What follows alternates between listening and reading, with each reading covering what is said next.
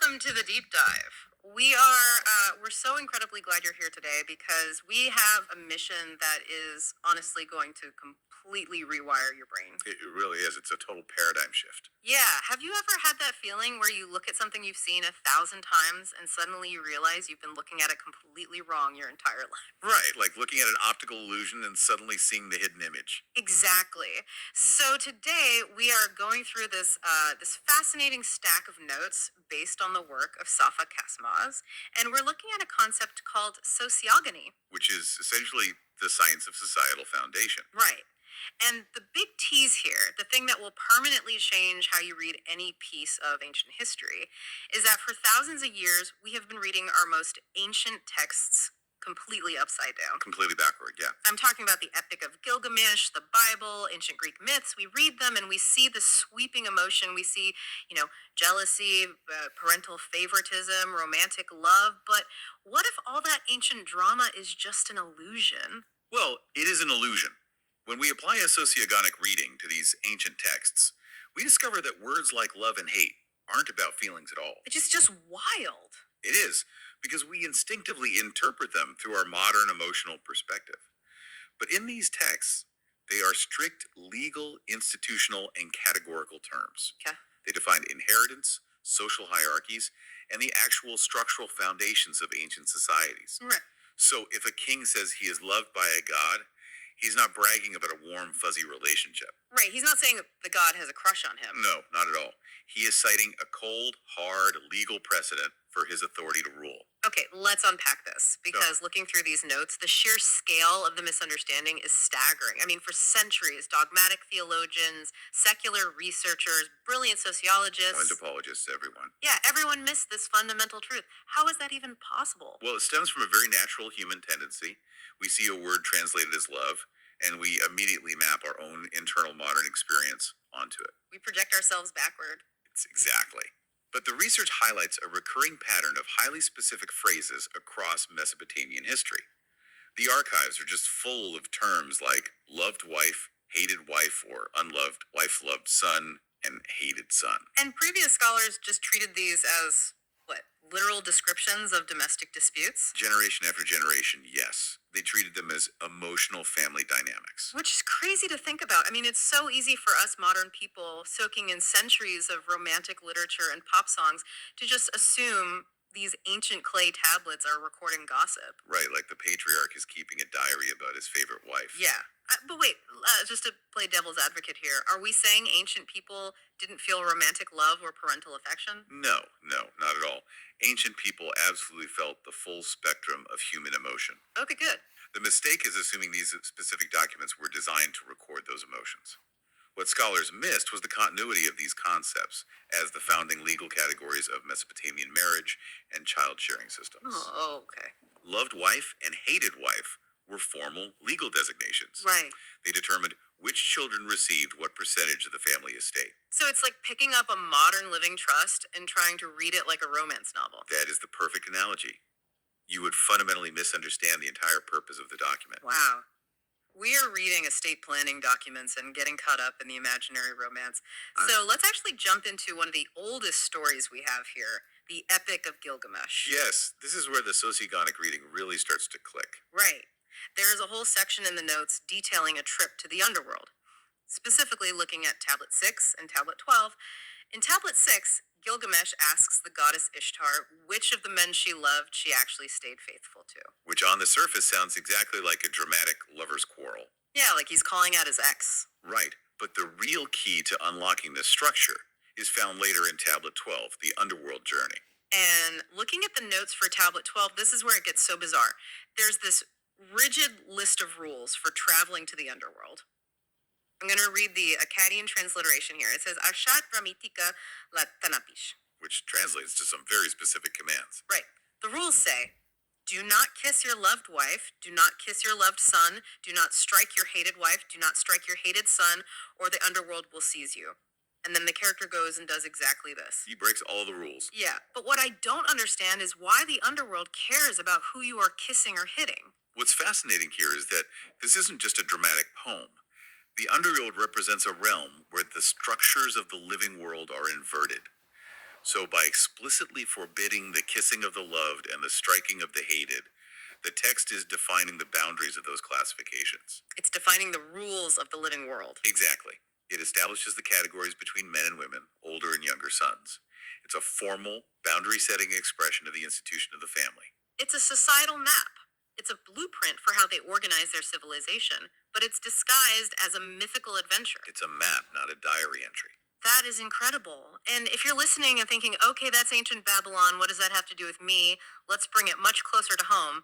Let's look at the biblical texts. The Torah provides a perfect example of this. Yeah, because reading the notes on the Old Testament is where I had my massive aha moment.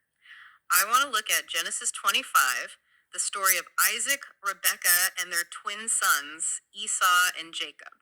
A narrative that has shaped Western theology for millennia. And a story that honestly just looks like incredibly toxic parenting if you read it in plain English. The text says, Isaac loved Esau and Rebekah loved Jacob. Right, dad loves the older brother, mom loves the younger brother. Exactly. And according to the notes, Isaac represents the older firstborn son affiliation, while Rebekah represents the younger son affiliation, which is Jacob, who becomes Israel. And if we connect this to the bigger picture, we find the explicit legal formula hidden in plain sight. We have to look at Deuteronomy 21.1517. Okay, what does that say? Well, the original Hebrew of the Genesis story uses the phrase Vaye'ehav Yiseket Esav. That specific verb for love is the crucial link. Over in Deuteronomy, we find hard, dry property law. Property law. Yes, it explicitly states that if a man has two wives, one categorized as loved and one as unloved or hated, and the unloved wife has the firstborn son, his inheritance rights cannot be taken away. Wait, oh wow. The father legally cannot take the firstborn's rights to give them to the son of the loved wife. That completely recontextualizes Genesis. The law in Deuteronomy uses the exact same categories. The loved wife, the unloved wife, the firstborn son. So the story of Isaac and Rebekah isn't family drama. It's not. The synthesis here is that the story of Isaac and Rebekah is simply the dramatic narrative version of the very real legal formula found in Deuteronomy. So loved wife and first son are just cold, hard legal and economic categories. Regarding property and legacy, yes. The parental division directly produces the division of the sons. Esau is my mother's son, Jacob is my father's son. Which means we've been reading Genesis as a story about who Isaac liked hanging out with more, when it's actually a sophisticated text establishing legal primacy. Establishing the lineage of an entire nation. Okay, here's where it gets really interesting. Because the notes show this doesn't just apply to human families, it scales up to the cosmos. Let's look at ancient Greece. Hesiod's Theogony. The Greek creation myth. Right. We have Uranus, the sky god, and the text says he hated his children as soon as they were born, and he hid them away. Why is the supreme sky god acting like a grumpy father? The Greek text says mise ta tekna otu, meaning he hates his children.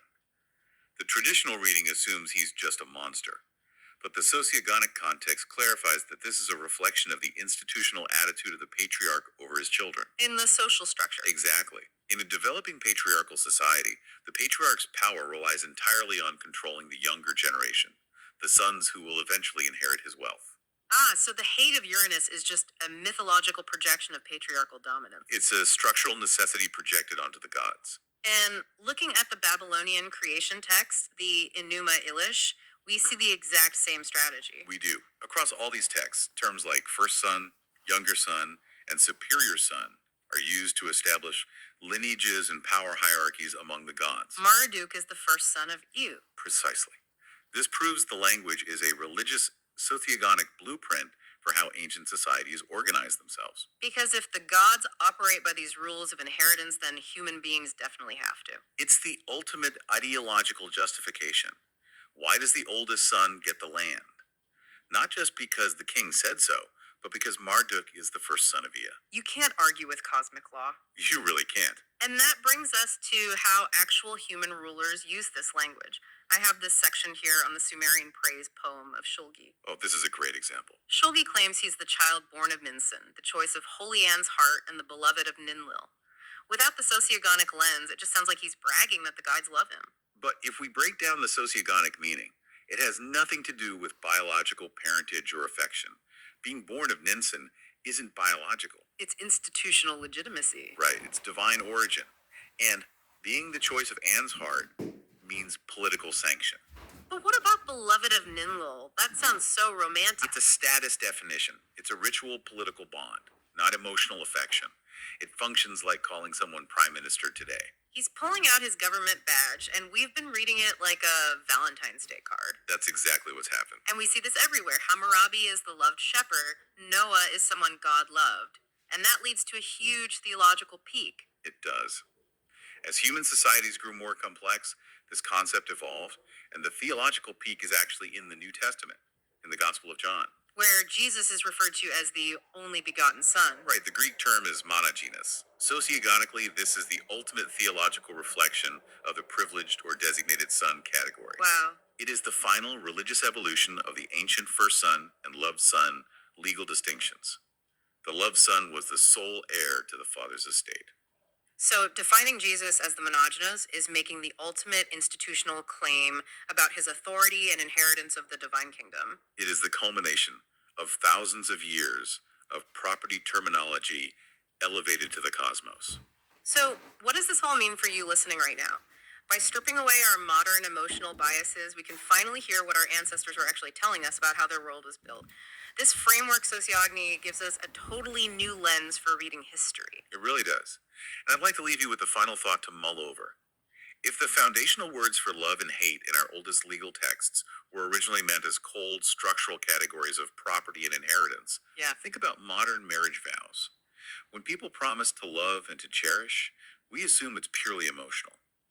But given this history, how much of our modern understanding of morality in marriage is actually based on a massive, thousands of years old translation error?